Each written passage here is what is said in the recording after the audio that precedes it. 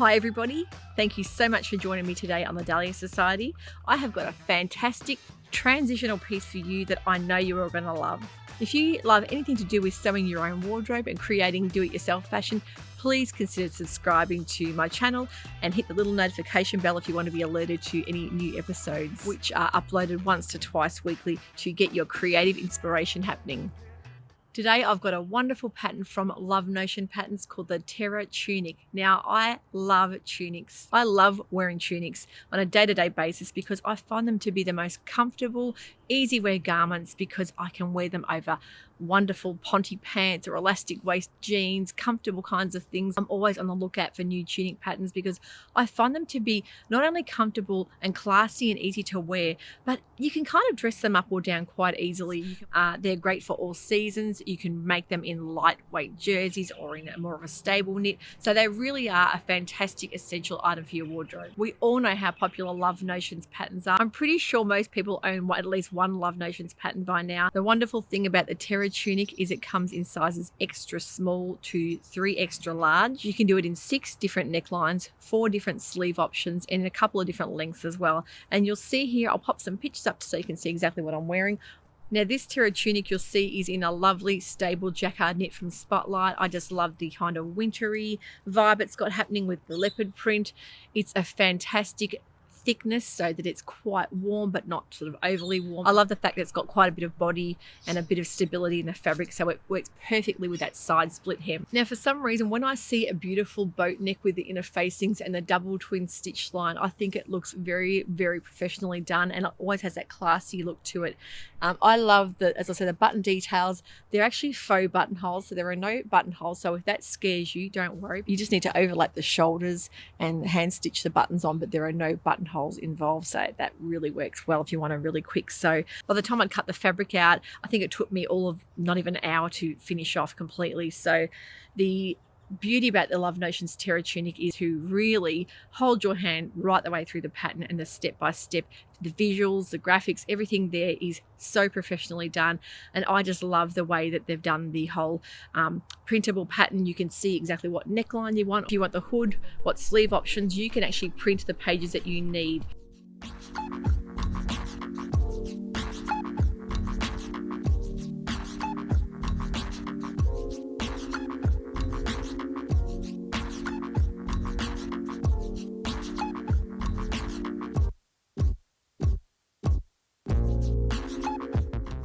So you're cutting out printing all the excess that you don't want, and you can do that later on if that appeals to you as well. Now the first one I made in these was a beautiful Liberty of London Linford sweatshirt fleece that I had just been dreaming about. I saw it on Tessuti Fabrics and it sold out within a day, so I was really lucky to get hold of this. This is a lovely French terry loop back on the inside. I wanted something a bit more special than just a sweatshirt jogger style top.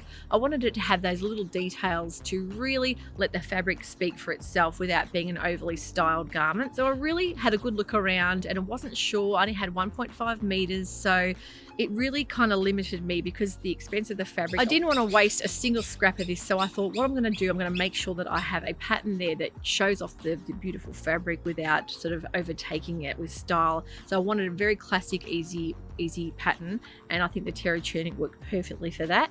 So you'll see I've used a little contrasting green button, and I think it brings out the waves, the turquoise color in the waves. The fabric is absolutely stunning. And yeah, the neckline works really well because I could just use that same fabric on the insert for the facing.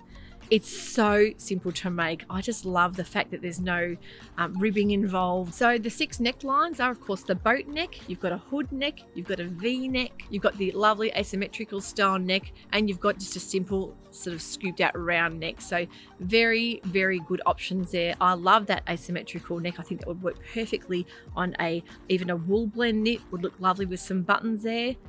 I love the fact that you can do a couple of different length sleeves. I of course went for the long sleeve because at the moment that's what I'm wearing. It's cooling down quite a bit here in Australia, so I think this sort of, lightweight to medium weight knit works perfectly with the Terra Tunic, but you really can make it in a variety of fabrics. You can go for more of a lightweight jersey, like a cotton interlock, even a round jersey would work really well as well. The only thing you need to remember is because of that lovely chunky hem, you have got the side splits to do there, and I find that the more stable weight knit works really well for that lovely high-low side split.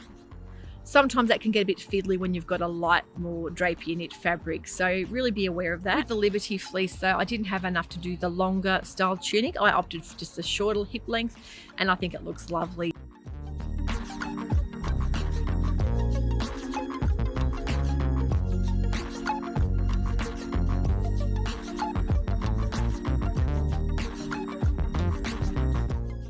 So I made that with 1.5 meters in a 150 width, and the one here I've got from Spotlight I made out of a 2 meters of the lovely jacquard knit as well. So really happy with how this one's turned out. I'd love to make the hood version as well, and they do have an option for welt pockets. So if that's something you're interested in learning, a new technique. Welt pockets can be quite challenging, but the way they've set out in the instructions is just so well done, and I really don't think you'll struggle with it at all. The beauty of wearing a tunic, of course, something like this, is it's not oversized, but it's not really tight fitting, so you've got that lovely easy option in between. Now I went for the extra large because I wanted it to make sure it wasn't clinging at all, because there wasn't a huge amount of stretch in the fabric. I didn't want to be having that sort of tight around the middle, it flared out at the end. I wanted to make sure it really fell nicely and almost an A-line shape, but not quite. So it's a beautifully drafted tunic. I know you're going to love it. I really have got plans to make a couple more basic style colors. I'd love a black, even with a wooden button. I think would work beautifully as well. If you're wanting more of a structured style tunic, heavier weight, like a double weight knit would work really well for this.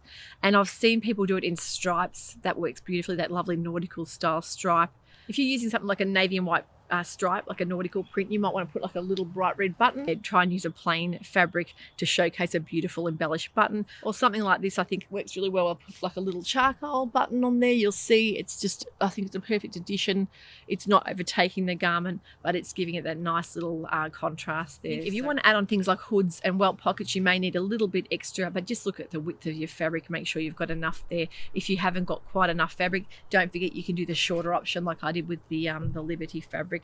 And I actually used a bonded heat bond hemming tape on the bottom because I wasn't sure whether it was going to do that little roll up thing, which sometimes knits can do. I think that I probably didn't need it in the end, but it does give it a little bit more weight and structure, and it does tend to sit really nice and flat.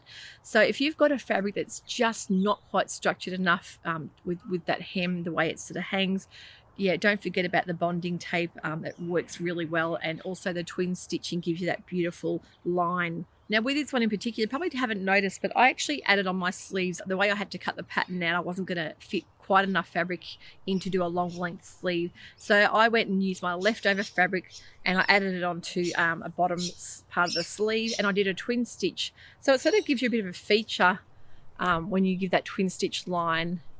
And I think it works really nicely without wasting any of the fabric. I didn't want to add any other contrasting fabric. I think I just wanted to showcase this fabric without using things like ribbing. I don't like my tunics to be too clingy. I think when you're wearing like a ponte pant or a legging, I really prefer a more of a structured, loose fit without being oversized. So you've just got to get that happy medium, and I think the Terra Tunic really flatters so many figures. And you'll see, as always with Love Notions, there's been so many testers that have made this pattern. I think it really gives you a great visual when you can see how your body shape will look in a certain pattern. If you're interested in the Love Notions Terra Tunic, I do have a little affiliate link below if you needed to purchase the pattern. So I do get a small commission if you purchase through the link that I have in the description box.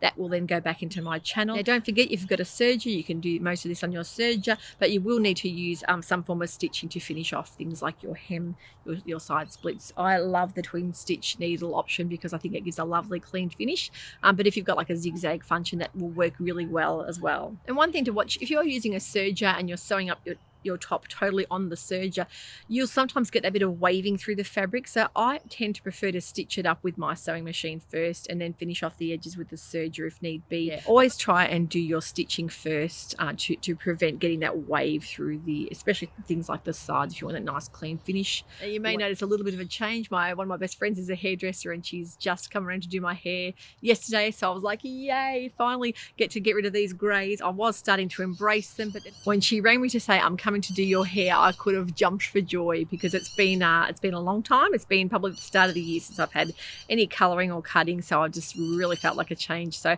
I hope you like it. I think a change is fantastic at the moment with the way we've all been just hanging around the house in sweatpants and totally letting ourselves go a bit. It is lovely to be glammed up a little bit, so I must say thank you to her. They really think about looking at the Love Nations patterns. You'll see there's so many options there, and I love what I've made. I really am planning on making more because those days when you don't feel like wearing jeans, you want to wear a pull-on pant and be comfortable, these are the best style tops to wear because you still look put together, you can still be dressed up, and you can put like a little ankle boot. And for anyone in the Northern Hemisphere that wants that nice summery look with some leggings, a short sleeve version of this will work just beautifully as well. So yeah, have a go at the Terra Tunic. You can hear some very noisy cockatoos we have got just up in the tree above me at the moment. You may have heard right through the end of this video trying to steal my show. And yesterday, unfortunately, I missed out on the kookaburra during their call, but I'm sure they'll come back. We do have quite a lot of bird life hanging around here. So next time I see a kookaburra, I will try and get that on film for you to see just how funny their laugh sounds. They're amazing birds. They're quite large when you see them in real life. And yeah, cockatoos, we have many of them around too, and they can get quite noisy. But having a yard with some native gum trees, I think, really brings the bird life around. So it's fantastic. Now, I'm not sure if you guys can see this, but there is actually a kookaburra right now. He's down in the garden there. He's just out flying away. Yeah, I nearly had him on video close up, but I didn't want to get too close because he gets scared. But you can see we are surrounded by gum trees. They're actually huge trees. They do have a tendency for falling down, which is not great. So it's always best not to build your home under one. But we actually have got some really large ones, and they do bring a lot of bird life around. Well, no luck with a kookaburra, but maybe next time I will make sure I try and get it on film for you eventually to see. Thank you so much for watching today. I really appreciate that. Take care, and we'll see you next time. Bye for now.